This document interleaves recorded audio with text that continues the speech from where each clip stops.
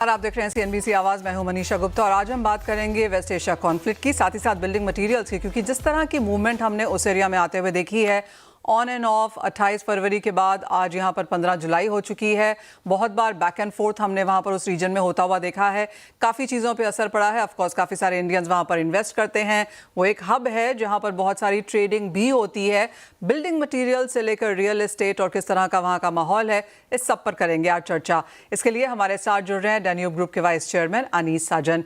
अनीस, बहुत शुक्रिया हमारे लिए आज CNBC आवाज़ पर समय निकालने के लिए। वेस्ट एशिया कॉन्फ्लिक्ट और जिस तरह से मिडल ईस्ट पे हमने इसका इम्पैक्ट आता हुआ देखा है, चाहे वो लॉजिस्टिक्स है, शिपिंग लाइंस है, इन्फ्लेटेड नंबर्स जिस तरह से वहाँ पर बनते हुए नजर आए हैं, आपकी क्या सेंस है? Where does it stand? Thank you Manisha, पहले तो मुझे मौका दिया CNBC आवाज़ पे आने के लिए। पहली बात तो मैं ये कहूँगा, दुबई में और UAE में कोई कॉन्फ्लिक्ट नहीं है। कॉन्फ्लिक्ट हो रहा है USA में और ईरान और इजराइल के बीच में। UAE में कोई कॉन्फ्लिक्ट नहीं। रही बात बिल्डिंग मटेरियल, मैं ये छाती ठोक के कह सकता हूँ कि लास्ट 3 महीने में, अप्रैल मई जून में जो हमने बिल्डिंग मटेरियल का धंधा किया है वो छप्पर फाड़ दिया है। उसकी 2 वजह है। जैसे आपने कहा कि फ्रेट प्राइजेस और लॉजिस्टिक्स, इसके इश्यूज थे। तो इसमें जिसने हिम्मत करके माल मंगाया, बिकॉज फ्रेट जो पहले $1000 था पर कंटेनर 40 फुट का, वो हो गया $8,000 से $10,000। सो देयर इज वेयर एक अपॉर्चुनिटी है। तो आप कहेंगे यार 1000 का $8,000 आप दोगे तो माल कैसे बनाओगे? सिंपल सी बात है, क्योंकि बहुत सारे लोगों ने माल अपना मंगाना बंद कर दिया और प्रोजेक्ट्स काफ़ी लॉन्च हुए थे दुबई में। तो उन लोगों के पास हम पहुंच गए माल लेके, और उनको चाहिए था माल, जो हमसे माल नहीं ले रहे थे वो भी माल ले रहे थे। तो 3 महीने में ऐसे लॉटरी निकल आई है बिल्डिंग मटेरियल की। ऑलराइट, तो अगर हम यहाँ पर सप्लाई चेन्स की बात करें, आप कहेंगे आप यूरोप से, एशिया से थोड़ा सा हटके, क्या आप उसको लोकलाइज तरीके से देख रहे हैं? अब क्या बिजनेस स्ट्रैटेजीज में कुछ चेंजेस हुए? स्ट्रैटेजीज ऑब्वियसली हमें थोड़ी बहुत चेंज तो करनी पड़ी।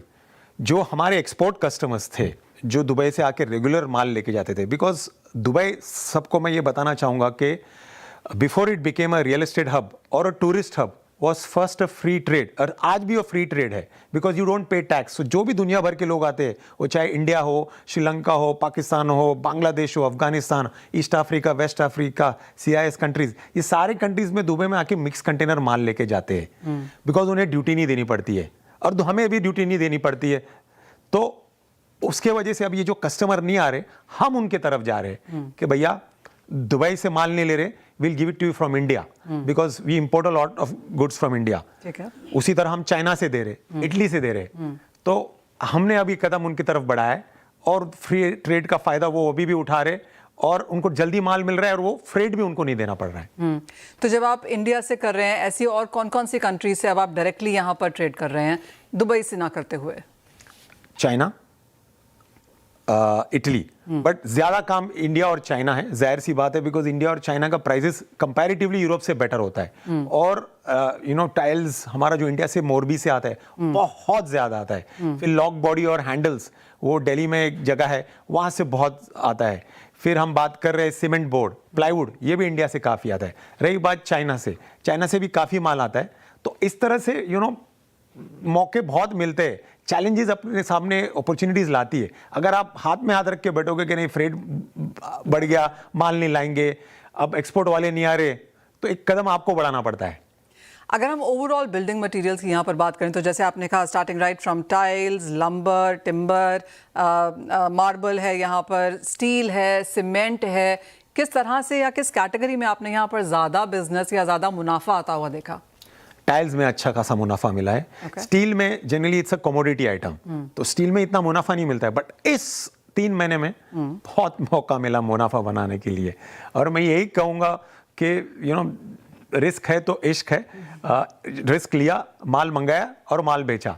तो उसी तरह ये जैसे मैंने बताया टाइल, स्टील, प्लाईवुड में भी, क्योंकि कंस्ट्रक्शन के लिए रीड होती है स्टील और प्लाईवुड, वो फिल्म फेस प्लाईवुड जिसको हम कहते हैं, तो वो लगाना पड़ता है। उसके बगैर आप बिल्डिंग की बेस नहीं खड़ी होती है। तो ये दबा के माल था हमारे पास और दबा के माल बेचा, और हमने रोका नहीं माल लाने के लिए। तो आपने ये माल कॉन्स्टेंटली यहाँ पर घुमाया, क्या इसमें वर्किंग कैपिटल ज़्यादा लगी या आपको नज़र आ रहा था कि सामने मुनाफा ज़्यादा है? क्योंकि एक स्ट्रक्चर घुमाना एक चीज़ है और उसको कलेक्ट करना एक और चीज़ है, क्या उसमें गैप्स है और किस तरह से ये काम हुआ? जाहिर सी बात है वर्किंग कैपिटल थोड़ा बढ़ जाता है, बिकॉज आप पैसा ज्यादा दे रहे हो, बट आपको अंदाजा हो जाता है, क्योंकि ये कोविड में हमें मौका मिला था। जब कोविड आया था वो तो लंबे समय तक चला था, और मुझे आज भी याद है कि कोविड में लोग फैक्ट्रीज काफ़ी लोग काम नहीं कर रहे थे, बट जो फैक्ट्रीज काम कर रहे थे उनकी तरफ गए और मौका मिला, क्योंकि काफ़ी इंफ्रास्ट्रक्चर की ज़रूरत थी, हॉस्पिटल्स बना रहे थे लोग, माल पहुंच नहीं रहा था। तो उसी तरह इस पीरियड में जो प्रोजेक्ट्स लॉन्च हुए यूएई में, और जो माल एक्सपोर्ट की तरफ पहुंच नहीं पा रहा है, we are able to supply. And उसकी सिंपल मैं यही कहूँगा कि हमने रिस्क लिया नहीं, हमें पता था कि इसकी डिमांड आनी है और उसका फ़ायदा उठाया। कहते हैं ना, मौके पे चौका मार लिया। काफ़ी सारे बिजनेस हैं ज़ेन्यूब ग्रुप के, चाहे वो क्रिकेट है जिसके बारे में मैं बात करूंगी थोड़ी देर में, लेकिन रियल एस्टेट मेजर है, बिल्डिंग मटेरियल्स यहाँ पर काफ़ी बढ़ता हुआ नजर आया है। अक्रॉस बिजनेसेस आप कहेंगे जिस तरह की स्थिति फिलहाल मिडल ईस्ट में है, बिल्डिंग मटेरियल्स परहैप्स ज़्यादा प्रॉफिटेबल है क्रॉस बोर्ड?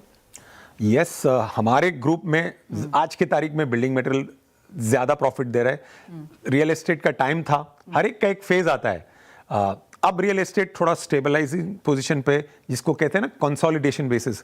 जब क्रिकेट में जब 2-3 विकेट जल्दी गिर जाते हैं तो we need players like Rahul Dravid. तो अब रियल एस्टेट का काम है कि उसको कंसोलिडेट करना।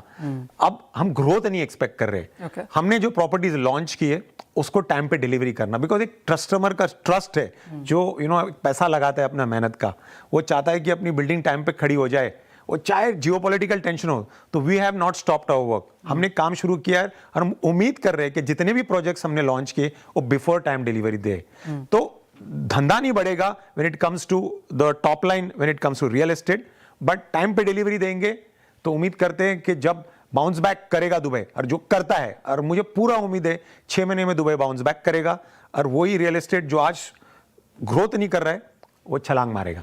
ग्रोथ नहीं कर रहा है, या थोड़ा सा आपने यहाँ पर नेगेटिव रिटर्न्स भी आता हुआ देखा है कई लोगों की तरफ से? अगर बहुत सारी रिपोर्ट्स यहाँ पर पढ़ी जाएं तो मानना ये भी है कि हमने प्राइसेस या जो नोशनल प्रॉफिट्स ही सही वो थोड़े से हमने नीचे आते हुए देखे। You know what, secondary market में आई वुड से थोड़े डिस्ट्रेस सेल हुए, बिकॉज काफी सारे लोग, एक होता है कि अपना घर ले रहे, बट कुछ लोग रहते हैं इन्वेस्टमेंट फ्लिप करते, लगाया माल उसको फ्लिप कर दिया 20% डालने के बाद, तो वो लोग डिस्ट्रेस सेलिंग कर रहे हैं कि अभी पैसा तो लगा दिया, अब 6-8 महीना रुकना, लिक्विडिटी नहीं है, तो वो सेल कर रहे हैं। बट जो ऑफ प्लान सेल कर रहे हैं, जैसे कि डैन्यूब प्रॉपर्टीज है और दूसरे डेवलपर्स है, we recently launched greens by Danube, जो टाउन हाउसेज और विला है, और हमने जो उसका फर्स्ट प्लेस लॉन्च किया था 750 विलास का, उसका हमने 40% बेच दिया 1 महीने में। We could have probably sold the whole अगर वो माल मार्केट तब सही होता, उस टाइम पे लॉन्च करते। बट उम्मीद है कि ये भी इंशाल्लाह निकल जाएगा, हर एक का टाइम आता है, और सेकंड फेज भी जल्द लॉन्च करेंगे। जब हम कमोडिटीज वॉच करते हैं ना अनीस, तो हम यहाँ पर देखते हैं कि किस कंट्री का हाउसिंग डेटा किस तरह से आया है, तो चाहे वो चाइना है, यूएस है, काफ़ी सारी यूरोपियन कंट्रीज जो बडिंग हो रही हैं, and in some sense Dubai का हाउसिंग डेटा कि कितना डिस्ट्रेस है, कितना स्ट्रेस है, क्या नंबर्स बढ़ते हुए नजर आए हैं। कमोडिटी मार्केट सीधा इससे यहाँ पर इन सम सेंस एक डायरेक्ट क्यू लेती हैं। पर जहाँ तक रियल एस्टेट की बात है, और जो आपने क्योंकि यहाँ पर ग्रीन्स की बात करी, सस्टेनेबिलिटी, ग्रीन हाउसिंग, वो सारे काफ़ी सारे प्रचलन अभी यहाँ पर हैं। क्या आप as a company, as a group उस तरफ जा रहे हैं? बहुत, ग्रीन सीमेंट फॉर एग्जांपल बहुत ज़रूरी है ये। यू सी, आज की तारीख में आपसे माल क्यों लेगा if you give something which is beneficial to the client. एक तो आपने कहा कि ग्रीन कम्युनिटी बनाना है, वेयर यू सेव इलेक्ट्रिसिटी, और दूसरी बात आप क्या एमिनिटीज़ दे रहे हैं। पहले जब बिल्डिंग्स बनती थी तो लोग ज़्यादा से ज़्यादा क्या देते, स्विमिंग पूल और जिम देते थे।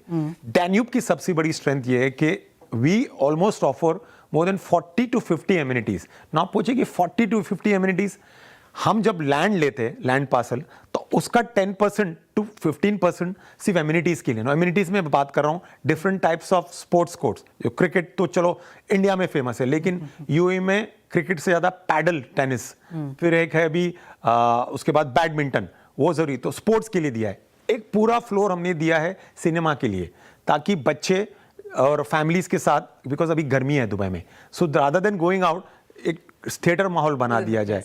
डॉक्टर ऑन कॉल दिया है। डॉक्टर ऑन कॉल का मतलब ये है कि एक फिजिशियन हमारे बिल्डिंग में रहेगा, तो इमरजेंसी खुदा ना खास्ता है तो एटलीस्ट वो अटेंड कर सकता है। फिर नैनी ऑन बोर्ड, बिकॉज अगर आप अपने बच्चे छोड़ के जाना चाहते हैं, yes they are all chargeable, थोड़ा सा इंटरेस्ट देना पड़ता है उसका, बट ये सब फैसिलिटीज आप देते हो, तो that is where you are different from the others, और लोग आप में इन्वेस्ट करना चाहते हैं।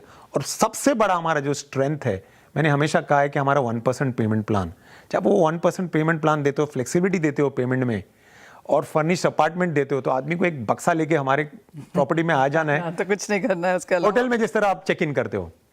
सो जहाँ तक ग्रीन बिल्डिंग मटेरियल्स की बात है या लो कार्बन सीमेंट है, जिस तरह से अब हम ग्रीन की तरफ यहाँ पर जा रहे हैं, इवोल्यूशन हमने यहाँ पर आता हुआ देखा है, इस तरफ किस तरह के कदम है? वेल हमने सोलर हीटर लेकर आए because water heater is a must. आप किधर भी रहो, चाहे इंडिया में रहो या दुनिया के कहीं भी रहो, बिना गर्म पानी के आप नहाए नहीं। दुबई में जबकि 40 डिग्री भी है, गर्म पानी से लोग नहाना पसंद करते हैं। उस तरह हमने वाटर हीटर लॉन्च किया, फिर स्मार्ट लाइट्स लॉन्च किए, so that you save electricity. तो जहाँ जहाँ हमें मौका मिलता है, ग्रीन एम्यूनिटी देनी पड़ती है, ग्रीन प्रोडक्ट्स लाने पड़ते हैं, दो फायदे उसमें होते हैं। एक तो आप you are proving to the world, rather to your investor, that you are going in the right direction, and secondly you are giving something new which the others are not giving. Real estate की बात हुई, सब हुई, आपकी शुरुआत यहाँ पर India से हुई है, मुंबई से हुई है। किस तरह से ये जर्नी रही? और मुझे याद है लास्ट टाइम भी आपने कहा था कि हम आईपीओ नहीं करेंगे, तो किस तरह से नेक्स्ट जनरेशन इस ट्रांजिशन को देख रही है, वो पूरी की पूरी जर्नी क्या है? वेल मैं बड़ी खुशी और फकर से कह रहा हूँ कि अभी जस्ट 2 दिन पहले मैंने मिलानो का एक शोरूम, हार्ट ऑफ मिलानो, जिसको मैंने कहा ना real estate free fort market में खोला, तो वो मेरे यंगर बेटे ने खोला, साहिल ने, जो हार्ट में खोला वो शॉप। तो यंग जनरेशन जो है, वो मेरा एक छोटा बच्चा है, वो मिलानो ब्रांड चला रहा है, that is for the masses, which we do almost 20% of the business. And my elder son जो है वो कासा मिलानो, जो नीश और लग्जरी प्रोडक्ट्स देखता है। तो ये बच्चे चला रहे, और मुझे खुशी ये है कि I did not have to force them, खुद से वो ये धंधे पे आ गए। एक होता है कि जैसे हमने वो 3 इडियट्स मूवी में देखा है कि बच्चे को किसी को फोटोग्राफी करना है, उसको डॉक्टर बना दिए। लकीली बच्चों ने अपना अपना लाइन पकड़ लिया विदाउट फोर्सिंग, और अपने लाइन पे आ गए। एज पेरेंट्स और कुछ उम्मीद नहीं चाहते। अगर वो चाहे बिल्डिंग मटेरियल भी नहीं आता और कुछ भी करना चाहता ना, आज के जनरेशन में अगर आप बच्चों को स्पेस दो और उनको टाइम दो और उनको समझो कि वो क्या चाहते हैं, they will definitely give you reap oh absolutely. So जो ये ग्रोथ है अनीस, आप कैसे देखेंगे इसे? किस तरह से बाकी लोग इससे प्रेरणा ले सकते हैं इन सम सेंस? प्रेरणा लेते हैं या नहीं पता, but I have always learned कि अगर आप किसी से सीखते हो, मैं हमेशा ये मानता हूँ कि you learn from your mistakes and you learn from somebody else's success also. तो आपको इंस्पायर होना बहुत ज़रूरी है। और मेरी जर्नी के बारे में मैं थोड़ा सा शेयर करूंगा। मैंने अपनी शुरुआत की थी बॉम्बे से, जब बॉम्बे था, मुंबई नहीं था। 1990 में मैं एक्वागार्ड बेचता था, वाटर फिल्टर। उस जमाने में 3,500 रुपये का था, तो डोर टू डोर जाता था। तो मेरा लक अच्छा था कि मुझे वर्ली एरिया मिल गया था, वर्ली सीफेस। तो तब 3,500 रुपये बहुत ज़्यादा थे। बट मैंने जब पहला दरवाज़ा खटखटाया तो आपकी जैसी एक अच्छी सी लेडी आई, दरवाज़ा खुला, जी बेटा क्या चाहिए? मतलब मैडम मेरे पास ये वाटर फिल्टर है, आइए आइए बेटा। और वो मेरे पहला फिल्टर 1 घंटे में बिक गया। बट उसके बाद मैंने 100 दरवाजे खटखटाए, एक नहीं मैंने दरवाजा बैंग किया गया। सो वो मुझे आर्ट ऑफ रिजेक्शन सिखाया। तो ये मुंबई लाइफ या बॉम्बे लाइफ ने इंसान को टफ बनाता है। ट्रेन के धक्के खाना, ट्रेन में तो आप घुस जाते हो, लेकिन बाहर आप अपनी मर्जी से नहीं आते हो, आपको धक्का दे के दिया जाता है। तो वो लाइफ ने मुझे टफ बनाया। और उसके बाद मैंने जर्नी दुबई में शुरू की। तो मैंने शुरू किया था जेट स्प्रे, जिसको हम लोग दुबई में शत्ताफ बोलते हैं, नेचर्स कॉल के लिए यूज किया जाता है। तो वो मुझे पता था कि ये प्रोडक्ट रॉन्ग नहीं जाएगा। एंड आज उसी की वजह से I M proud to say I am called as the शत्ताफ मैन। लोग सुपरमैन, स्पाइडरमैन, ही मैन के बारे में बात करते हैं। आई एम प्राउड, और आज भी मेरी वो आइडेंटिटी है। ओके तो काफ़ी सारी चीज़ें ऑफ कोर्स आपने यहाँ पर की हैं, and it's not just about real estate, it is about building materials, और बहुत सारी जो और आप यहाँ पर ब्रांच आउट करते गए हैं, उसमें से क्रिकेट एक चीज़ है। ओह यस, ऐसा कौन सा इंडियन है जो क्रिकेट नहीं पसंद करता? आई नो आज की तारीख में जरा फीफा का बोल बार है, इंडिया के थोड़े डिफीट्स अंडर द कारपेट चले गए, बट ठीक है, हार जीत खेल का हिस्सा है। But cricket is been very close to my heart. 83 में जब इंडिया वर्ल्ड कप जीती थी कपिल देव साहब के अंडर, उसके बाद से 85 में गावस्कर ने चैंपियंस ट्रॉफी जिताई थी ऑस्ट्रेलिया में। And then there is no looking back, it's become a revolution. Every Indian, वो चाहे अंकल हो, आंटी हो, बच्चा हो, सारे पसंद करते हैं। आप भी पसंद करते। फीफा में हम बेगानी शादी में अब्दुल्ला बन जाते, कोई अर्जेंटीना का टी शर्ट पहनता है, कोई इंग्लैंड का टी शर्ट, बट जब इंडिया खेलती है तो सारे इंडियन बन के ब्लीड इन ब्लू करते हैं, और उसका मजा कुछ और ही होता है। क्या प्लान है आगे अब यहाँ पर जाके? इतनी सारी ग्रोथ के बाद एक नेक्स्ट स्टेप अब डैन्यूब के लिए क्या है? अभी जैसे मैंने आपको पहले बताया कि फिलहाल ये रियल एस्टेट में कंसोलिडेशन बहुत बहुत इंपॉर्टेंट है, बिकॉज बिजनेस में उतार चढ़ाव होता है। बिकॉज अगर आप सिर्फ हाई देखोगे ना, तो जब आप गिरोगे तो आपको पता नहीं चलेगा कितने जोर से गिरोगे। तो ये फुल अवेयरनेस के साथ एज ऑफ नाउ कंसोलिडेशन है। बहुत जरूरी है कि you need to consolidate, but at the same time जहाँ रिस्क लेना है वहाँ रिस्क लेना है। और आईपीओ नहीं करना है अभी? बिल्कुल नहीं। I be honest, I have always believed कि आईपीओ जो कर रहे हैं, जो इंडिया में कर रहे हैं या जो दुनिया में हर में कर रहे हैं, वो ठीक ठाक उनका फायदा हो रहा है। एट द मोमेंट जहाँ पे हम खड़े हैं, हम वो डायरेक्शन में सही जा रहे और उसी को मेंटेन करना है।